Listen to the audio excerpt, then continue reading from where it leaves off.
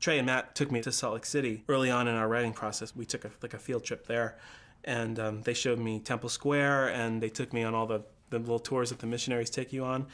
And there's one room where Jesus is kind of standing there, and there's a star field behind him. But it's not just, I mean, first of all, that's a little weird to have Jesus with a star field. You just don't usually see that. It's so science fiction-y. But not only that, there were like these huge, big old planets like Tatooine and Hoth and Dagobah. Like you just saw all these. It was a super Star Wars-y thing. And then not only that, like that when you'd wait there and then the missionary would come in, the lights would dim a little bit and she'd press this very, very clearly visible button and Jesus would start talking. He says, "I am Jesus." So that's where that part came from.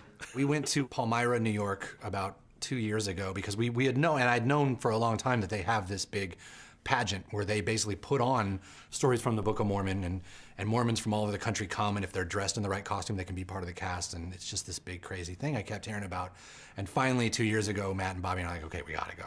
And so we went, we visited the little cabin that Joseph Smith grew up in, we visited the printing press that first printed the Book of Mormon, and then went to this pageant. And it actually ended up playing into the scenes that kind of were like, oh, we should bookend our musical with this and do kind of our own miniature version of the Hill Cumorah pageant, which is now the very start of our musical and the very start of Act 2.